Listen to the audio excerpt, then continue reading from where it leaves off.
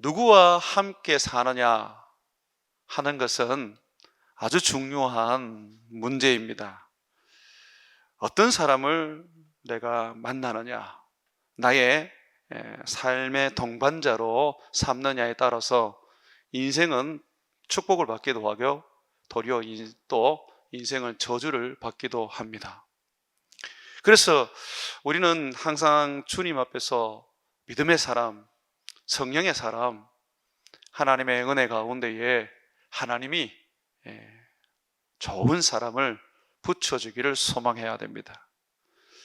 저는 젊었을 때부터 지금까지 늘 그 기도를 해왔습니다. 하나님, 저는 좋은 사람을 만나게 해주십시오. 저는 좋은 스승에게 배우게 해주십시오. 하나님, 저는 좋은 아내를 만나게 해주십시오. 근데 하나님이 그 기도를 지금까지는 응답해 주셨습니다. 앞으로도 응답해 주실 것이라는 것에 대해서 의심치 않습니다. 여러분들이 자녀들을 두고 기도할 때도 자녀들의 그 기도의 1순위는 돈 벌고 또는 좋은 지위를 얻고 건강하게 사는 것, 이런 어떤 기도도 좋지만 그러나 그거보다는 좋은 사람을 만나도록 기도하십시오. 그들의 동료들 또는 배우자들, 그리고 앞으로 살아가는 인생 가운데 교회의 교우들부터 해서 모든 어떤 사람들까지 좋은 사람, 믿음의 사람과 함께하고 걸어가도록 여러분들이 기도해 주십시오.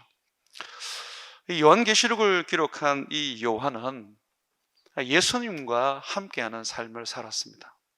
오늘 본문에 보게 되면 예수님의 그 삶에 나는 동참한 자다, 그렇게 자기를 소개합니다. 9절 한번 보시죠. 나 요한은 너희 형제요 예수의 환난과 나라와 참음에 동참한 자라. 이 동참했다는 건 무엇입니까? 함께 한다는 것입니다. 예수님의 그 일에 자기도 뛰어들었다는 것입니다. 그게 어떤 일입니까? 여기 보니까 예수님의 환난과 예수님의 나라와 예수님의 참음에 동참했다, 그렇게 말하고 있습니다. 여러분, 예수님은 이 땅에 고난받으러 오셨어요.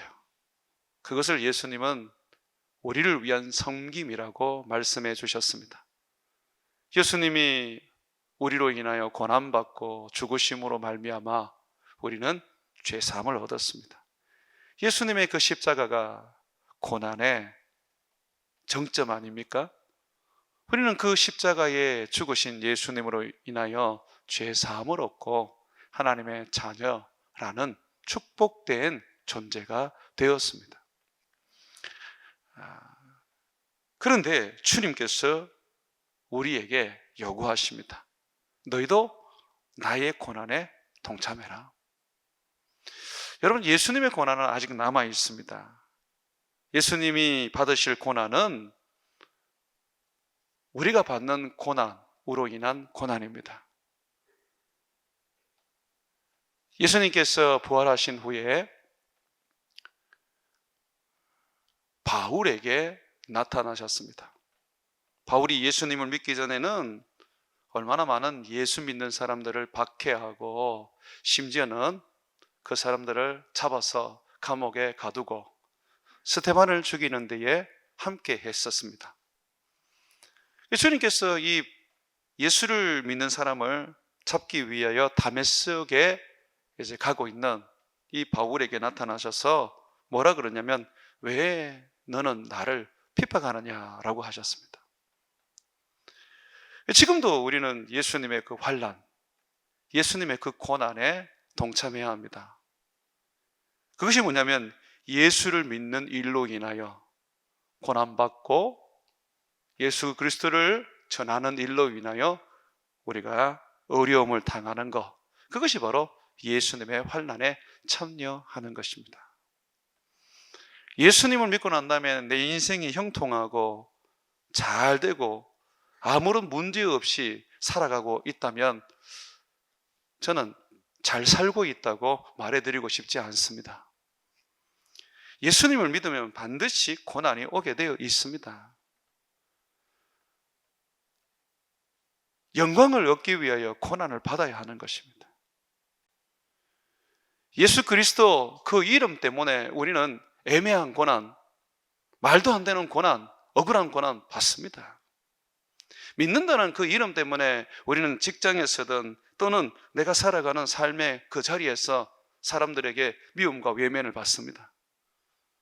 내가 예수 믿는다는 말을 하기 전에는 그렇게 나에게 천사같이 대해주던 사람이 예수 믿는다는 그 말 한마디에 그냥 악마가 되어버려서 나에게 공격하고 나를 괴롭히는 그런 사람들 우리는 보게 됩니다. 심지어 교회 안에서도 내가 좀 하나님으로부터 어떤 은사를 받고 또 어떤 능력을 받았을 때에 그 질투심으로 인해서 나를 핍박하고 환난을 줍니다. 근데 그것이 성경은 뭐라고 말합니까? 예수의 환난이라고 말하고 있습니다. 예수님이 준 은사 때문에 내가 받는 거니까 환난이죠. 우리가 예수님께 동참하는 인생을 산다, 예수님과 동행하는 인생을 산다라고 할 때는 반드시 환난이 따라오게 되어 있습니다. 그리고 주님의 나라를 위하여 헌신함이 있어야 합니다.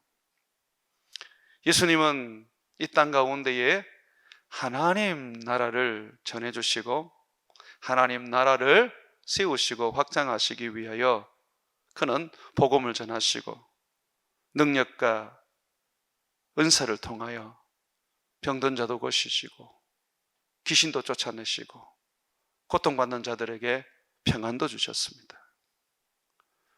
하나님 나라를 확장하기 위하여 성령을 힘입어 사셨습니다. 그게 우리들의 삶이 되어야 합니다. 우리가 왜 하나님으로부터 능력을 받고 하나님으로부터 어떤 권세를 가지고 축복을 받아야 하느냐? 하나님 나라를 확장하는 거예요. 하나님 나라를 확장하는 거예요.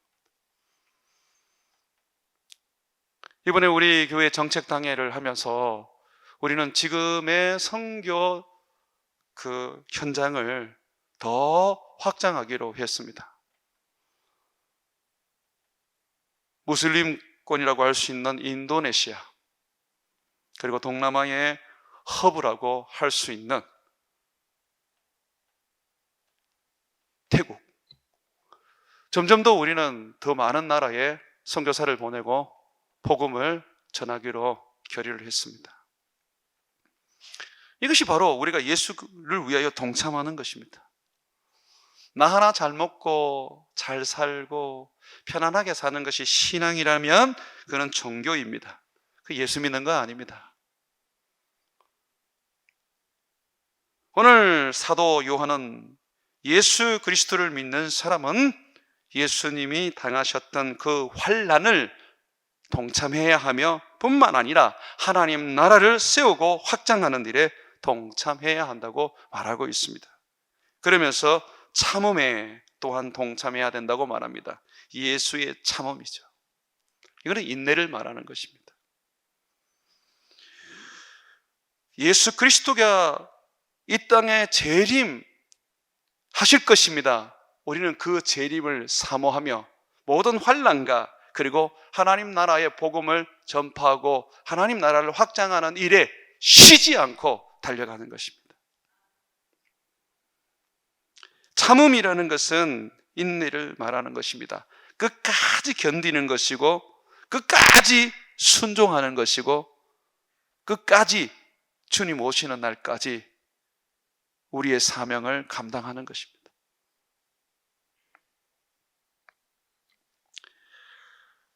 여러분, 우리는 세상에서 평범한 존재들이 아닙니다. 계시록 1장 6절을 한번 보십시오. 그의 아버지 하나님을 위하여, 그의 아버지라는 예수님을 말하죠. 예수님의 아버지입니다. 예수님의 아버지 하나님을 위하여 우리를 나라와 하나님 나라와 제사장으로 삼으셨다고 말합니다. 예수님이 우리를 위하여 죽으시고 부활하여 하늘로 성천하심으로 또한 우리에게 성령을 주셨는데 그가 우리를 어떻게 만들어 놓으셨습니까? 하나님 아버지를 위하여 나라와 제사장이 되게 하셨습니다. 하나님의 나라가 되게 했고 하나님의 제사장이 되게 했습니다. 하나님의 나라가 되게 했고 하나님의 제사장이 되게 했다는 것이 무엇입니까? 하나님의 뜻을 위하여, 하나님의 영광을 위하여, 하나님의 구원을 위하여 우리가 살게 되도록 되었다는 것입니다. 나를 위하여 사는 것은 신앙이 아닙니다. 예수님의 제자는 결코 자기를 위해서 살아서는 안 됩니다. 예수님은 자기를 따르는 수많은 무리들에게, 예수님을 따른다고 해서 구원을 얻는 게 아닙니다. 수많은 따르는 무리들에게, 무리는 구원을 못 얻습니다. 말씀하셨습니다. 정말 너희들이 나를 따르는 제자가 되려면, 제자여야지 구원을 얻습니다.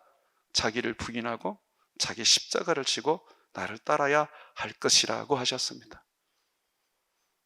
주님은 우리에게 예수 그리스도를 위한 나라가 되고 제사장이 되어야 한다고 말씀하셨습니다.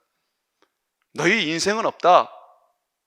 너희에게는 그저 하나님 나라가 있고 하나님의 뜻이 있고 하나님의 일이 있을 뿐이다.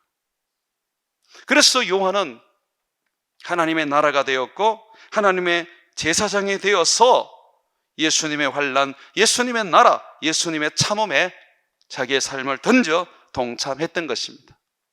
바울 사도도 그랬죠. 내 몸에는 그리스도의 흔적이 있다 그랬습니다.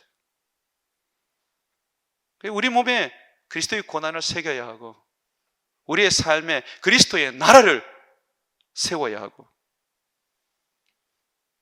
우리의 인생 속에 끝까지 참고 견딤으로 주님의 뜻을 이루고 주님의 일을 만들어 내어야 합니다.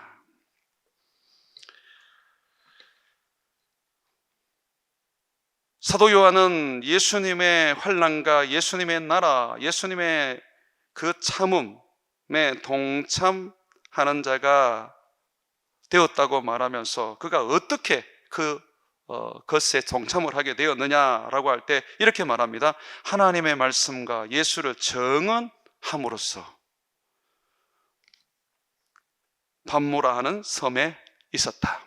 이 반모라는 섬은 유배지입니다. 감옥입니다.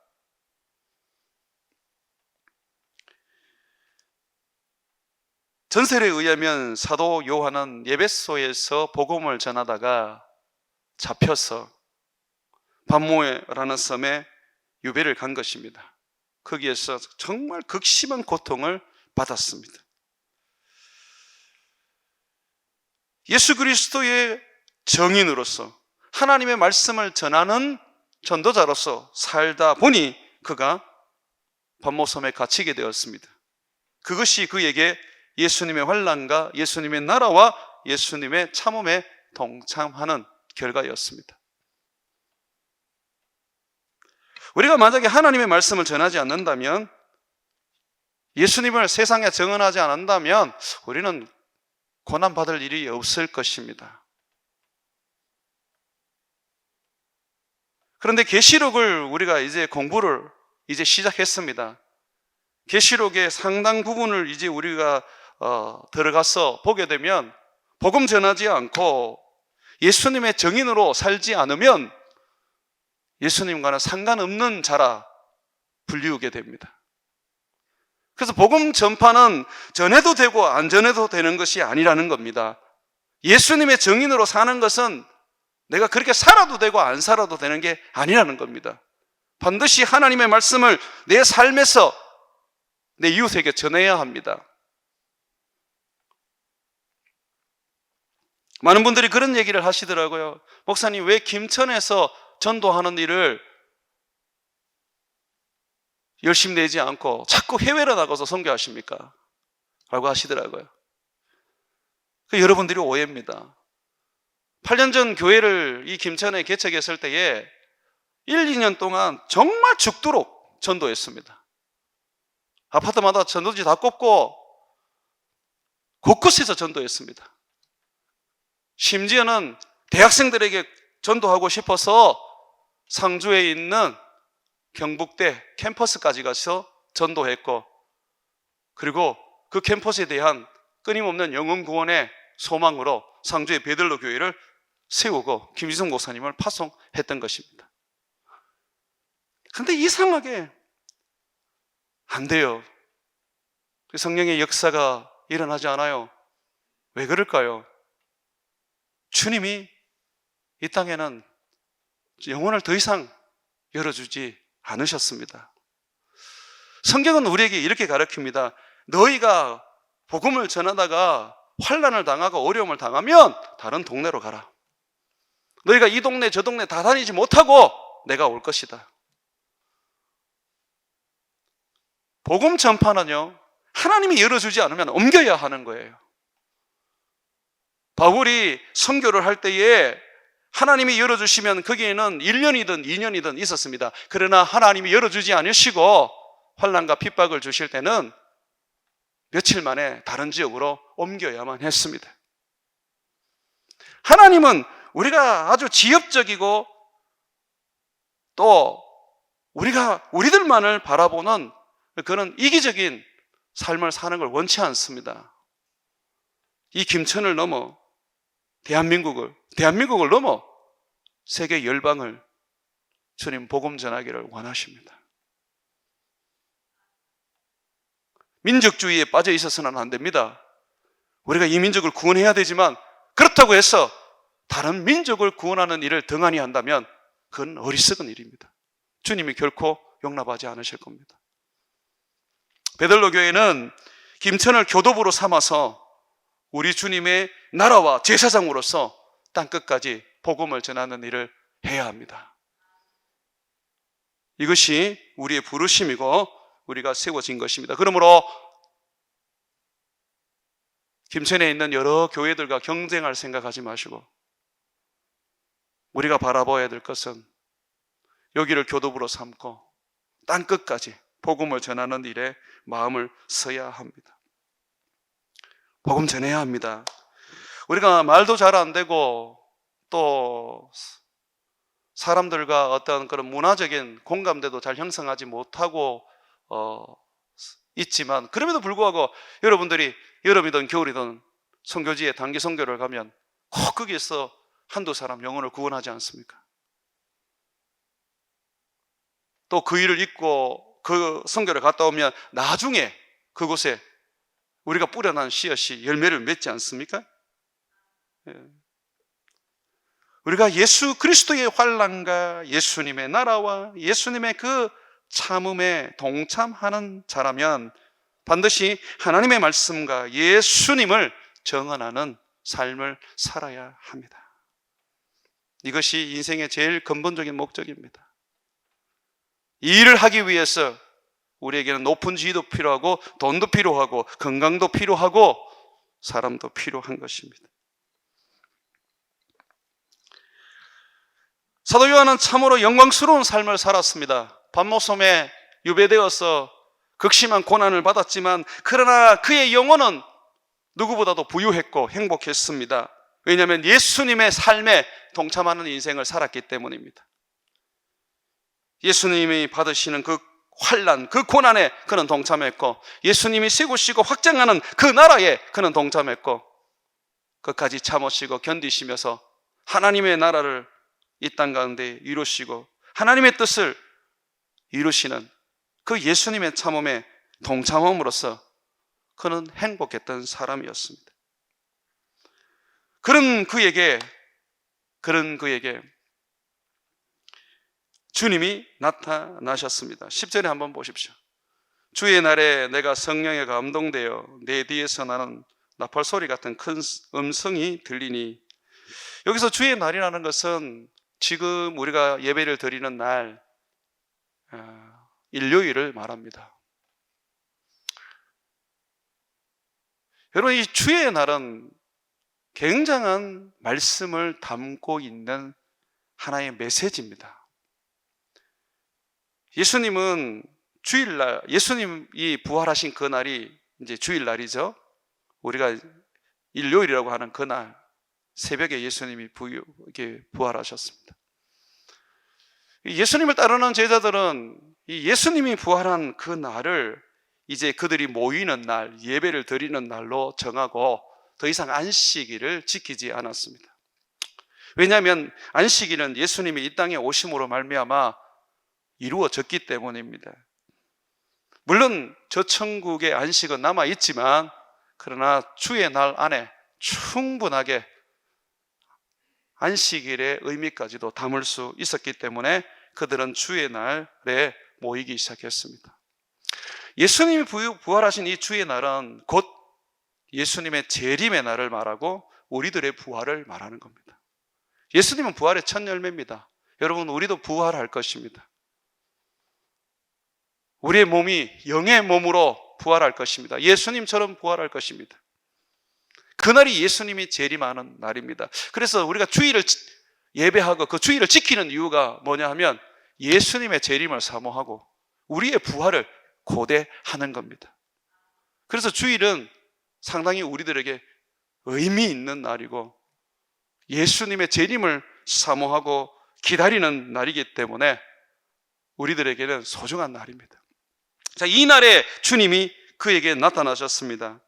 그런데 이 주님이 나타났는데 예수 그리스도의 환난과 예수님의 나라와 예수님의 참음에 동참한 그런 정말 믿음의 사람인데도 불구하고 성령이 아니고는 이 예수님을 알아볼 수가 없었습니다. 여러분, 이게 굉장히 중요한 이야기예요. 10절에 한번 보십시오. 주의 날에 내가 성령에 감동되어 내 뒤에서 나는 나팔 소리 같은 큰 음성을 들으니. 만약에 성령에 감동되지 않았다면 그 밤모섬에 유배된 모든 사람들은 주님의 음성을 들을 수 있었고 또한 나팔 소리를 들을 수 있었을 겁니다. 그러나 분명히 큰 나팔 소리가 다 있었고 여기서 성경은 분명히 나팔 소리 같은 큰 음성이라 그랬습니다. 엄청난 큰 음성이 있었고 그리고 거기에 예수님이 직접 나타났고 많은 어떤 그런 놀라운 영적인 일이 일어났지만 그러나 그 모든 것을 경험할 수 있는 사람은 오직 성령에 감동된 요한이었습니다. 우리가 성령에 충만하고 성령에 감동된 삶을 살아야 되는 이유가 바로 이겁니다. 예수님께서 내가 올 때까지 너희는 깨어 있으라고 말했는데 우리가 날마다 도적같이 오시는 주님을 만날 수 있기를 소망하며 깨어 있으려면 성령에 감동되어야 합니다. 이거 외에는 없어요. 만약에 그냥 예수만 믿기만 한다면 우리가 나팔 소리 같은 큰 음성을 들을 수 있고 예수님을 만날 수 있다라고 한다면 이 말씀을 기록하지 않았을 거예요. 성령에 감동되어야 돼요.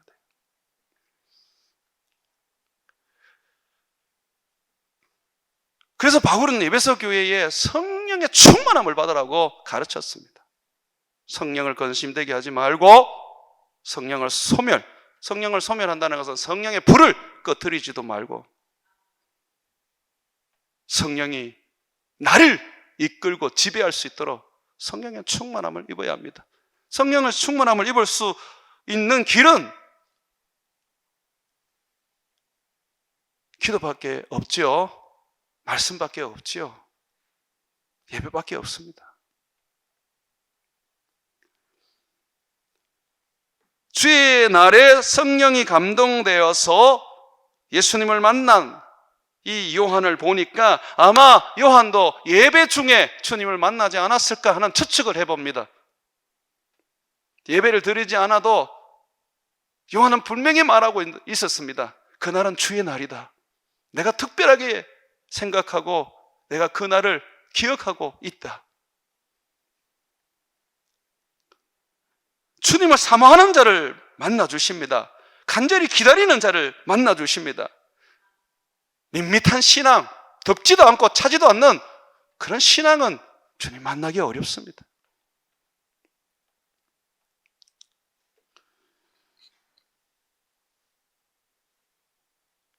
성령의 감동으로 큰 음성을 들었는데 그것은 나팔 소리와 같다고 했습니다. 이 나팔 소리라는 것은 어떤 의미를 가지고 있느냐면 구약 성경을 보게 되면 나팔은 백성을 모을 때 불고 가나안으로 행진할 때, 다시 말해서 천국으로 들어가는 그 길에서 불고, 또 예배를 드릴 때, 절기 때 불고, 그리고 전쟁할 때 붑니다. 그리고 적이 쳐들어왔을 때 파수꾼이 위험을 알리며 경고의 음성으로 나팔을 붑니다. 그러면 오늘 이 나팔 소리, 지금 주의 날에 요한이 듣게 된 이 나팔 소리는 어떤 소리일까요? 이 나팔 소리는 다름 아니라 바로 위기를 발령하는, 파수꾼이 지금 경보하는 나팔 소리입니다. 영적으로 잠들어버린 세상을 향하여 교회들을 깨우는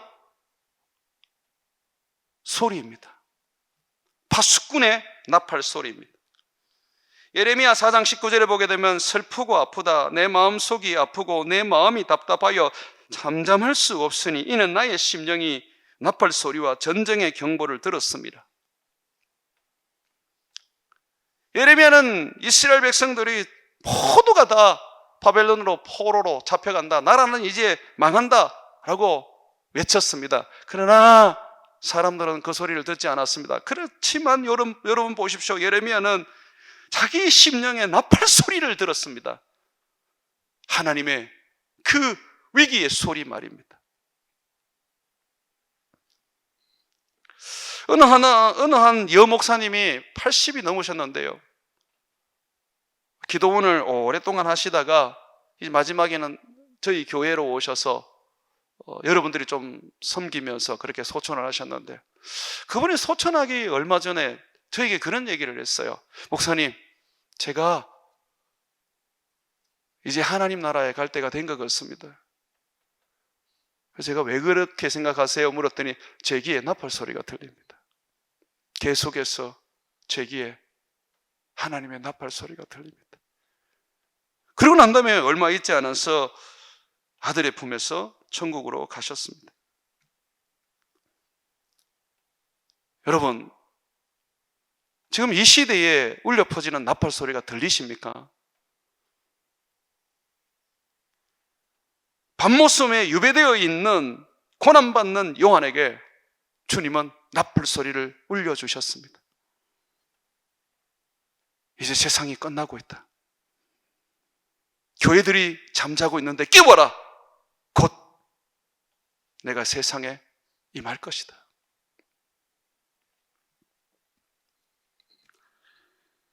데살로니가 전서 4장 16절에 이렇게 말씀합니다. 주께서 호령과 천사장의 소리와 함께 하나님의 나팔 소리로 친히 하늘로부터 강림하시리니 그리스도 안에서 죽은 자들이 먼저 일어나고, 나팔 소리와 함께 주님이 강림하실 것입니다. 듣지 못하면 주의 재림을 예비할 수 없게 될 것입니다. 예수님은 나팔 소리와 같은 큰 음성을 가지고 요한에게 말했습니다. 11절 한번 보십시오. 네가 보는 것을 두루마리에 써서 예베소, 스모나, 버가모, 두아디라, 사데, 빌라델비아, 나오디게야 등 7교회에 보내라 하시기로. 두루마리에 쓰라는 것은 성경으로 기록하라는 것입니다. 네가 지금부터 보고 듣는 거 이거 기록해서 교회들에게 보내라. 교회들에게 위기를 알려라. 성도들에게 하나님 나라가 이제 이르렀다고 말해라. 내가 재림한다고 말해라. 주님은 이렇게 7교회에 말하라고 요한에게 말했습니다.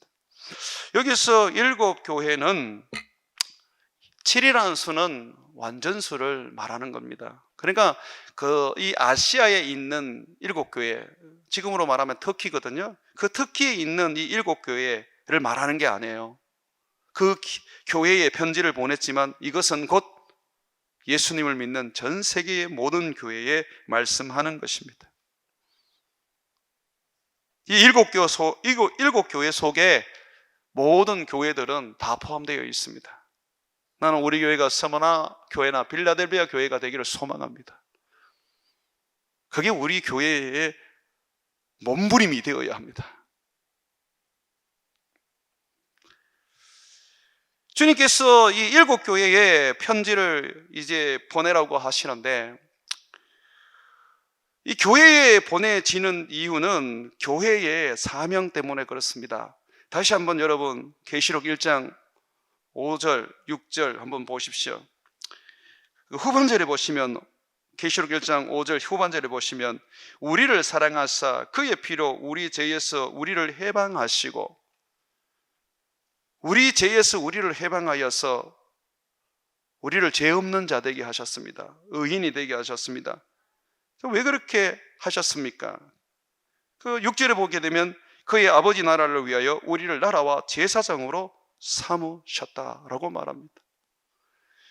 교회에 지금 요한을 통해서 주님께서 계시록의 말씀을 기록하여 보내는 이유는 그들이 하나님의 나라로서, 하나님의 제사장으로서의 사명을 온전히 감당하게 하려고 보내는 것입니다. 그렇다면 교회가 지금 제대로 하나님 나라로서 사명을 감당하지 못하거나 제사장으로서 사명을 감당하지 못하고 있다는 것도 포함되는 것입니다. 스무나 교회나 빌라델비아 교회는 정말 하나님 나라로서 제사장의 나라로, 제사장 교회로서 정말 영광스럽게 교회의 사명을 감당했습니다. 그러나 다른 5개의 교회는 부족하게 짝이 없었습니다. 주님은 지금 이 요한계시록 책을 통하여서 교회를 깨우는 것입니다. 여러분의 어떤 개인 한 사람 한 사람의 신앙을 주님께서 다시 깨워주는 의미도 있지만, 그러나 궁극적으로는 베델로 교회를 깨우는 것입니다. 그래서 이 부분에 대해서 누구보다도 우리 장로님들이 바짝 마음을 다해서 들어야 합니다. 이것은 누구보다도 목사인 제가 정신을 차리고 이 말씀을 살펴보고 들어야 합니다.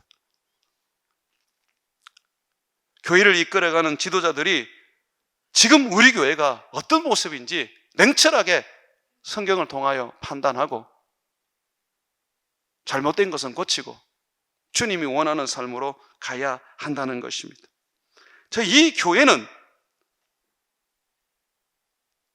세상의 빛입니다.